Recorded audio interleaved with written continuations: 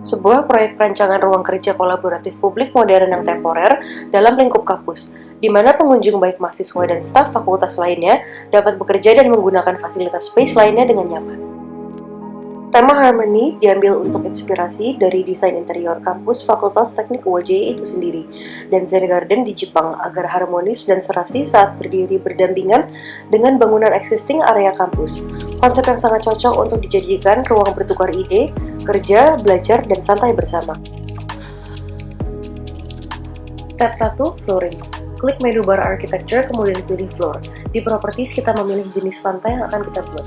Pilih salah satu, kemudian duplicate. Kita atur nama floornya, setelah itu kita klik OK. Kemudian kita atur ketebalan dan komposisi dari lantai tersebut. Masih di type properties, klik edit, kemudian di core bound layer above, kita atur ketebalan dari lantai lalu klik OK. Setelah itu kita buat boundary yang akan kita buat floornya. Di menu draw, kita bisa pakai pick lines, kemudian kita klik area yang akan dibuat floor. Jika belum tersambung, bisa pakai shortcut, trim, atau extend. Setelah semua tersambung, klik centang hijau. Jika penempatan belum sesuai, bisa kita atur elevasinya. Di properties, kemudian atur height offset from level.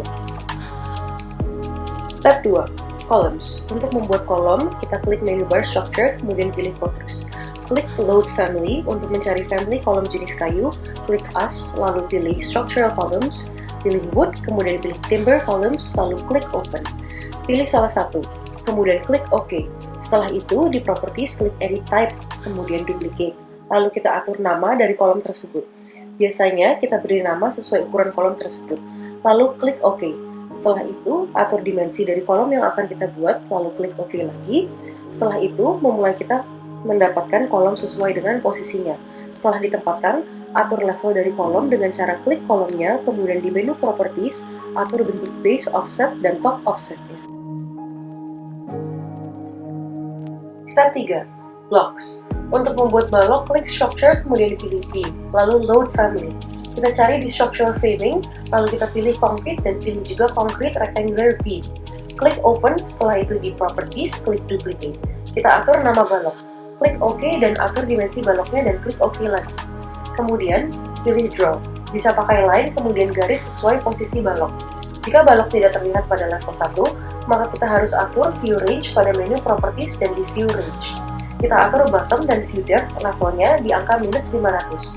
Kemudian klik OK. Maka balok akan terlihat. Dan jika balok belum menyatu dengan balok lain, bisa pakai shortcut, trim, atau extend. Step 4. Wall. Untuk membuat wall, klik architecture, kemudian pilih wall. Kemudian, edit type, lalu duplicate, dan atur nama wallnya, dan klik OK. Kemudian klik edit untuk atur ketebalan dinding, dan klik OK lagi. Kemudian, mulai tempatkan dinding dengan memilih line dan garis sesuai dengan panjang dinding tersebut. Jika level dinding belum sesuai, atur base offset dan top offsetnya. Kemudian, untuk membuat lubang pada dinding, klik dinding lalu pilih edit profile, atau bisa dengan double klik pada dinding tersebut. Kemudian, buat pola lingkaran-lingkaran untuk membuat lubang-lubangnya. Kemudian klik tanda centang hijau dan lakukan ke dinding yang lain. Step 5. Roofing. Untuk membuat atap, caranya pilih architecture, kemudian pilih roof. Kemudian edit type, lalu duplicate roof. Atur nama dan ketebalan roof. Kemudian buat atap sesuai dengan garis atapnya, kemudian atur overhang dari atap tersebut dengan cara memindah atau move garis tersebut. Jika semua sudah sesuai, kita atur kemiringan. Karena atap adalah dak beton, maka tidak ada kemiringan atau slope dengan cara pilih semua garis atapnya. Kemudian di properties, uncheck define roof slope, atau juga base offset from level. Kita masukkan -500. Setelah itu, klik centang hijau. Jika ada pertanyaan, would you like to? Klik don't attach. Step 6. Skylight. Membuat skylight dengan cara klik Windows, kemudian load family, pilih Windows, kemudian pilih skylight flat, kemudian open, lalu pilih salah satu. Klik OK. Kemudian tempatkan skylight pada atap yang sudah dibuat. Kemudian atur panjang dan lebarnya pada properties dan klik OK. Lakukan tahap yang sama untuk membuat skylight dome atau skylight yang bentuk bulat. Step 7. Truss with beam system. Untuk membuat rangka atap menggunakan beam system, kita harus load dulu rangka kayunya. Kita pilih beam, kemudian load family structural framing, pilih wood, kemudian pilih timber, dan pilih salah satu. Klik OK. Kemudian edit type, sesuaikan nama dan dimensi baloknya. Klik OK. Setelah material beam yang sudah terload, Maka langkah selanjutnya membuat rangka dengan beam system. Caranya, klik structure, klik beam system, kemudian buat pola sesuai lebar dan panjang atap. Setelah pola sudah selesai, klik beam direction untuk menentukan arah rangkanya. Atur juga untuk level rangkanya dan jarak antar rangka. Kemudian klik OK. Step 8. Curved roof. Untuk membuat atap lengkung, caranya klik Massing dan Side. Kemudian klik In Place Mesh, lalu atur nama dan klik OK. Setelah itu, kita membuat referensi mat atau garis bantu. Setelah sudah, klik South Elevation, kemudian membuat lengkungan pada sisi depan dan belakang setelah dua sisi tersebut sudah terbentuk dan klik Create Form dan pilih Solid Form. Lalu, klik pada garis lengkung tersebut dan klik OK. Klik Massing dan Side lagi, dan pilih Roof. Kemudian, pilih jenis dan ketebalan roof pada Properties dan pilih Create Roof. Dan untuk menutupi atap lengkungnya, kita tutup dengan wall. Tempatkan wall sesuai posisinya, dan untuk membuat wall mengikuti lengkungan pada atap, kita pilih wallnya. Kemudian kita pilih attach dan top atau base dan pilih atap sebagai acuan lengkung. Proyek ini pasti memiliki pros and cons, dan beberapa dari prosnya adalah parametric components. Setiap komponen dalam Revit memiliki komponen parametrik. Setiap elemen adalah 3D, tetapi dapat memodifikasi dengan bidang 2D untuk mengubah model 3D. Energy Efficient Design dapat mendesain apapun yang berkelanjutan tanpa harus kehilangan data yang tercecer. Setiap continuity proyek dapat didokumentasikan. No Paper Documentation, karena berbentuk digital menjadi sangat eco-friendly. Data juga tak tercecer seperti pada kertas, dan mudah membuat proyek berkelanjutan. No Repetition, basis data tunggal mengurangi jumlah pengulangan yang harus dilalui saat mendesain model. Large Library, akses pustaka komponen yang besar dan dapat ditarik saat mendesain. Landscape Design, dapat menciptakan visualisasi yang realistik seperti kehidupan nyata.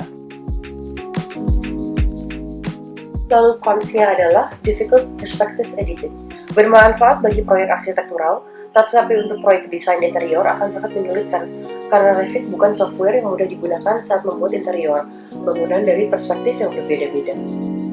Heavy Structural Design Focus. Fokus Revit pada akurasi adalah salah satu sorotan terbesarnya. Hal itu menghilangkan beberapa area penting lain dari Revit. Misalnya, software desain lainnya cenderung membuat model yang lebih sempurna dan mudah.